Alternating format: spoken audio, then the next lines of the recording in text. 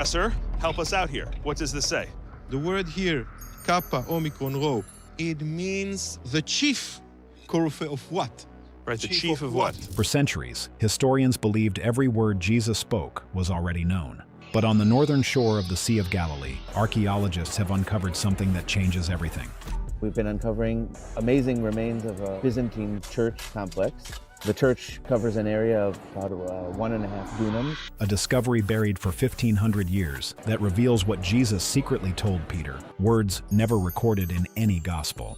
In the Byzantine era, this beautiful basilica is built here and appears to be dedicated to the Apostle Peter. Yes. What they found was sealed beneath centuries of mud, hidden inside a forgotten church once built by the earliest followers of Christ. And the message it preserved could rewrite one of the most important moments in Christian history. The mosaic beneath the mud. On the northern shore of the Sea of Galilee, not far from where the Jordan River enters the lake, a team of archaeologists began an excavation that would soon make history. The site looked empty at first. The shore was silent, the ground heavy with layers of mud that had built up over centuries of flooding. Many earlier surveys had given up on the area, calling it unworkable. But this new team believed something was waiting below. Local fishermen had long spoken of carved stones that appeared when the water level dropped, and the archaeologists wanted to know what lay beneath them. The dig began in the heat of summer. The air smelled of wet clay and salt. Workers scraped the surface slowly, their tools clicking through dense earth. For several days, they found nothing but mud, shells, and broken pottery. Then, on the 5th morning, a trowel struck something smooth and solid. The sound was sharper than stone. They widened the trench, clearing the surface by hand. A line of small tiles began to appear beneath the silt. The colors were faint at first, then brightened as the water washed away the dirt. Over the next 2 weeks, the team worked in sections, exposing more of the structure each day. What they uncovered was astonishing. Thick walls, defined corners, and a curved chamber at the eastern end. The kind of feature found only in ancient churches. According to their field notes, the exposed area measured about 1.5 dunams, large enough to fit hundreds of people. This was no simple chapel, it was a Byzantine church. When the conservators began washing the floor, the room came alive. The mosaic beneath was nearly perfect, its patterns sharp and colorful despite the centuries that had passed. Near the center, faint Greek letters emerged. A language specialist read them slowly until the full line was clear. Peter, chief of the apostles and holder of the keys of heaven. For a long moment, no one spoke. The words were not a decoration. They were a proclamation, set into the very heart of the floor. The letters were clean, the grout untouched, the surface unusually preserved. Some of the team believed the room had been sealed to protect it. Others warned against speculation until further tests confirmed it. Still, one thing was certain. The mosaic had been placed there with purpose. As the sun set, the crew covered the floor again to keep it safe. The lake shimmered quietly in the distance. They left the site that evening knowing they had found something far greater than a ruin. According to their notes, one question remained in every mind. What story did this mosaic belong to? And what kind of town had once surrounded it? To answer that, they would have to look back in time, to a place long mentioned in Scripture, yet missing from the world's maps. The town that the Gospels lost. The team believed the mosaic's message pointed to one name that had echoed through Scripture for centuries: Bethsaida. It was the town that, according to the Gospels, had once been home to Peter, Andrew, and Philip. This was where Jesus first called his followers and performed many of his early miracles. Yet somewhere between history and time, the town disappeared. After the 1st century, its name faded from every known record. Floods reshaped the northern edge of the Sea of Galilee, and the shoreline drifted away from where it had once stood. The town that had witnessed the beginning of faith had been swallowed by earth and memory alike. Early pilgrims from the 4th century tried to find it again. They traveled the Galilean coast, guided only by stories, pointing to spots where they believed Jesus once walked. Some marked the wrong hills. Others built small shrines in hope that they had chosen correctly. But no proof ever lasted. Over the centuries, the town became less of a destination and more of a mystery, a sacred ghost hidden beneath mud and reeds. By the 19th century, scholars renewed the search with maps and spades. 2 main sites drew attention. One was at Tel, a mound almost 2 kilometers inland. The other was El Araj, a flat plain close to the water. Each site had supporters and evidence, but neither could silence the other. Et Tel had strong Bronze Age remains, but little from the time of Jesus. El Araj had Roman pottery and traces of mosaic floors, but flooding made it difficult to study. The debate continued for generations. Reports from early 20th century surveys hinted that both places held ancient remains, but the findings were scattered and incomplete. Bethsaida stayed missing, a town mentioned by every gospel reader but seen by no one. That began to change in 2016. A new international team returned to El Araj with modern tools and a clear goal: to solve the question once and for all.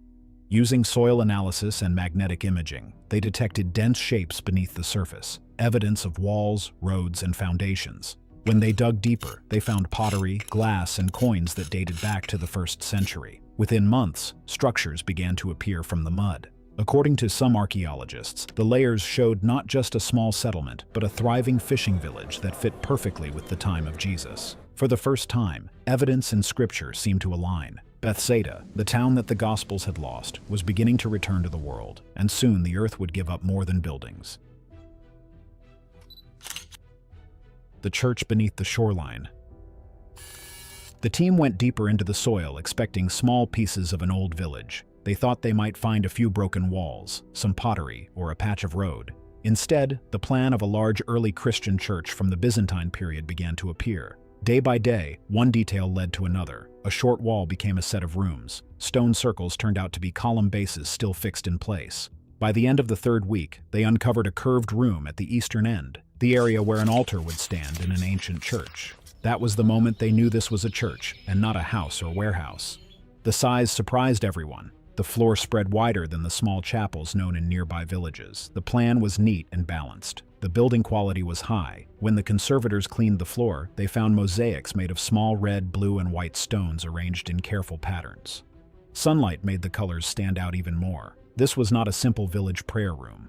According to some archaeologists, it looked like a place built to serve many visitors. As they cleared more earth, they reached layers that were older than the church itself. Under the foundations, they found signs of a 1st century town. There were fishing hooks, weights for nets, and simple kitchen pottery. These items match what families in a fishing town would have used. The finds suggested that a working community lived here long before the church was built. The builders of the church, it seemed, chose this ground on purpose, not by chance. Written accounts helped the team understand the bigger picture. An 8th century pilgrim named Willibald wrote about a church of the apostles by the Sea of Galilee. He said it stood where the homes of Peter and Andrew had once been. For years, many scholars set that claim aside. They said it sounded like a legend. Here, though, the site at El Araj matched many parts of his description. There were guest rooms. There were parts of a bathhouse. There was a large courtyard where travelers could gather. According to reports from the field, this was the first time the written story and the ground evidence lined up this closely. By this point, the team felt they were reading a story in layers. First, there was a Roman-era fishing town. Later, a Christian community built a shrine over it. That choice made sense. Early Christians often built over places they wanted to honor. Some on the team believed this church had been raised to protect the memory of the apostles. Others said they needed more proof before making that claim. Everyone agreed the site was not random. Still, one question lingered. Why had this particular site been chosen with such precision? The answer, they soon discovered, was waiting beneath their feet. A message written in stone, buried in the very heart of the floor. The inscription that spoke through stone. The inscription sat at the center of the main hall of the church. This space is called the nave. It is the wide area where worshippers stood. A circular frame of small, bright tiles surrounded a flat panel of text. The conservators cleared it slowly with soft brushes and water. Letter by letter, the words came back to life. The team formed a half circle around the panel while the specialist in Greek read it aloud in a steady voice. The text began as a standard dedication. It credited the work to a man named Constantine. It called him a servant of Christ. This language is common in church floors from the period. Then, the line turned. It honored Peter as the chief of the apostles and as the holder of the keys. Everyone understood that much. It echoed the verse that many believers know from the Gospel of Matthew. But the final words stopped the room cold. The inscription referred to the keys of the heavenly spheres. The phrase felt out of place. According to the epigraphers on site, this wording does not appear in any known Bible manuscript. The linguists on the team said that the term sounded like a very old idea. It pointed to a view of heaven in layers or realms. Some scholars on the call later suggested that the wording might reflect an Aramaic expression that early believers used when they spoke about God's authority. They stressed that this was a proposal, not a proven fact. They said the phrase could have passed into Greek through local preaching before it was ever written down. The team looked again at the letters. The cutting was exact. The angles were clean. There were no corrections in the layout. The letter heights were uniform. This was not quick work by a village mason. It looked like text that was meant to carry weight. According to the field notes, the lines were so sharp that the floor must have been protected early in its life. That would explain why the surface shows so little wear. Others warned that only lab tests can confirm how long the floor was exposed before burial. What the words meant was the hard part. If the phrase preserved a local saying, then the mosaic might hold an echo of a teaching that never reached the written Gospels. Some on the team felt excitement, others felt worry. A few said in private that this kind of claim would draw anger from more than one side. According to reports from later briefings, the directors chose very careful language. They said the inscription expands known wording. They did not claim that it changes scripture. Even without firm conclusions, the effect was immediate. The site shifted from an interesting church to a place with the power to reshape debates about Peter's role and about how early Christians remembered Jesus' words. The letters did not feel decorative. They felt like a message placed in the floor for future eyes. To understand why anyone would hide such a statement, researchers turned to the people who built this sanctuary and to the faith that guided their hands. The faith that remembered where words fell. In the earliest centuries of Christianity, believers did not use maps or written guides to find holy places. They relied on memory. They built where stories said sacred moments had taken place. Churches were raised over caves, wells, and hills, where people believed Jesus or his followers had once stood. This was not superstition. It was a way to keep those moments alive in stone. The builders of these early sanctuaries saw themselves as guardians of memory rather than creators of something new. Across the Holy Land, that same logic shaped the geography of faith. The Church of the Nativity in Bethlehem was built above a cave said to mark Christ's birth. The Church of the Holy Sepulchre in Jerusalem stood over the hill where he was believed to have been crucified and buried. In Nazareth, the Church of the Annunciation honored the place where the angel spoke to Mary. None of these sites were chosen at random. They were selected by generations who still carried living stories passed down through families, travelers, and local communities. The church at El Araj seemed to belong to that same pattern. Its builders chose ground that older generations had already marked as sacred. They included rooms for guests, a baptistery, and a wide central space for worship. According to reports, these are features common in pilgrimage complexes that welcome travelers who came to pray or seek healing. Every element of the design pointed to remembrance. Nothing about the structure suggested invention or personal expression. The builders wanted to preserve something they already believed had happened there. Some archaeologists believe the site reflects an effort to keep a spoken memory alive. The ground beneath the basilica may have been associated with events from Jesus' ministry. For them, the design of the building itself acted like a declaration. This is where the words once fell. They were not protecting an idea, but a voice that they believed had spoken in that soil. In this view, Peter was more than a disciple remembered in stone. He was the keeper of a promise given directly by Christ. The floor mosaic that called him the chief of the apostles may not have been simple decoration. It could have been a coded reminder of a conversation that early followers never wanted to lose. Some scholars remained cautious. They say that without written proof, no one can be certain what the builders were recording. But even they agree that the combination of architecture, inscription, and location points to deliberate preservation. The people who built this church were not inventing history. They were passing something forward. And according to recent studies, what they passed on may not have been only a title or a name. It could have been the very words that Jesus once spoke to Peter. When epigraphers cleaned the final ring of the mosaic, faint letters emerged that no one had noticed before, and the meaning changed completely. The keys, the kingdom, and the hidden words. The final cleaning began with routine checks. Conservators photographed the floor under normal light. Then the technical team brought in infrared imaging to scan the surface for faint marks. According to the field log, the camera picked up a thin ring of text around the main inscription. It was badly worn, almost invisible to the eye. Under infrared, letters that looked like stains began to separate from the stone.